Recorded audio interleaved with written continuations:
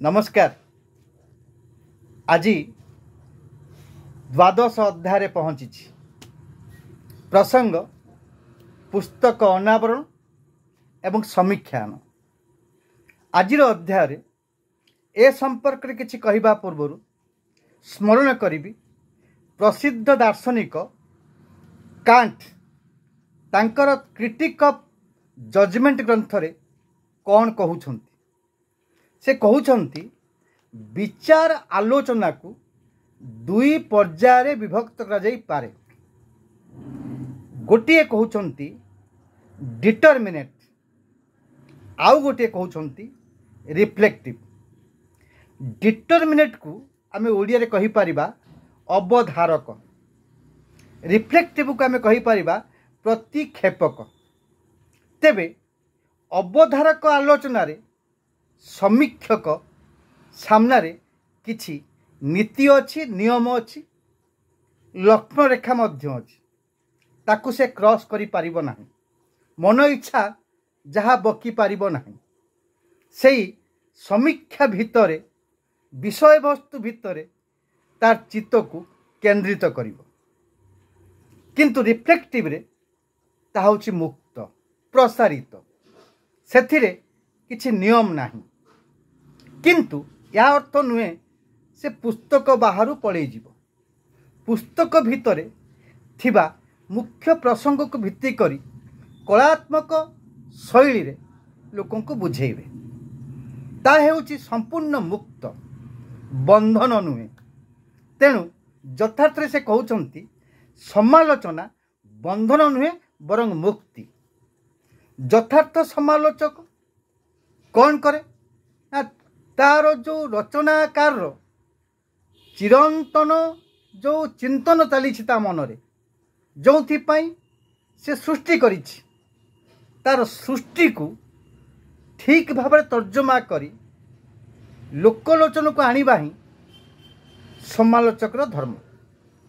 तेबे एभली समालोचक खाली खाली उतरेबे नाही। सेमाने बहु शास्त्र अध्ययन करिवे एवं निजर विचार विदक निजर विचार शक्ति परिपक्व करिवे। मात्र आजिर समालोचक बा आलोचक देशी साहित्य चारा को उपुड़े विदेशी कंक्रीट कुंडरे रोपित करुछंती बा रोपण करुछंती, जहा बर्तमान गोटे आदत बनी जाइछि। यहाकू समालोचना कहिबा ना अहंकार सर्वस्व टिप्पणी कहिबा, ये प्रश्न आपण मानक सामने।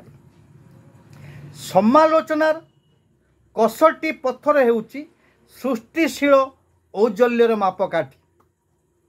तेबे प्रतिटी निरपेक्ष समालोचक गभीर अनुशीलन, अनासक्त विश्लेषण, सूक्ष्म मनोयोग भितरे निजर आलोचना को विस्तार करने आवश्यक।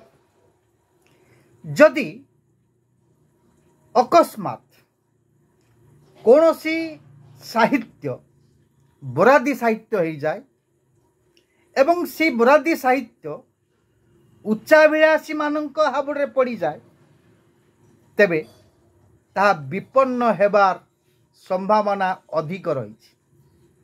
तेणु ये उच्चाभिलाषी आ बरादी जो सिस्टम चली जे मु आपण को आलोचक भाव डाकिबी, निमंत्रण करी, स्टेज रे बसेबी, आपण मो संपर्क करे फेवर रे किछि कहिबे, कारण मोर गोटे उच्चाभिलाष अछि।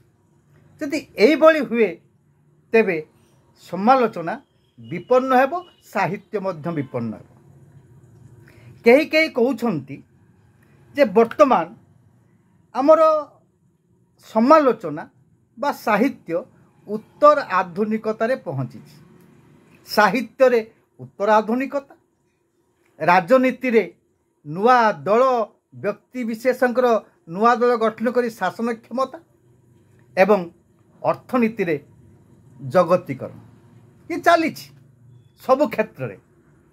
तथापि जड़े आलोचक जिते चर्चा करिवो से बहुदर्शी हेब निज आत्मा को से पचार मु जो तथ्य देउछि सर्जनशील स्रष्टा उपरे ता लेखा उपरे ता केते दूर ग्रहणीय तेबे जाई से आलोचक से क्रिटिक समस्तंकर प्रिय पात्र ही पारिबो। तेबे एइट रोछि आदिर अध्याय को नहीं परवर्ती अध्याय प्रतीक्षा रे मु धन्यवाद।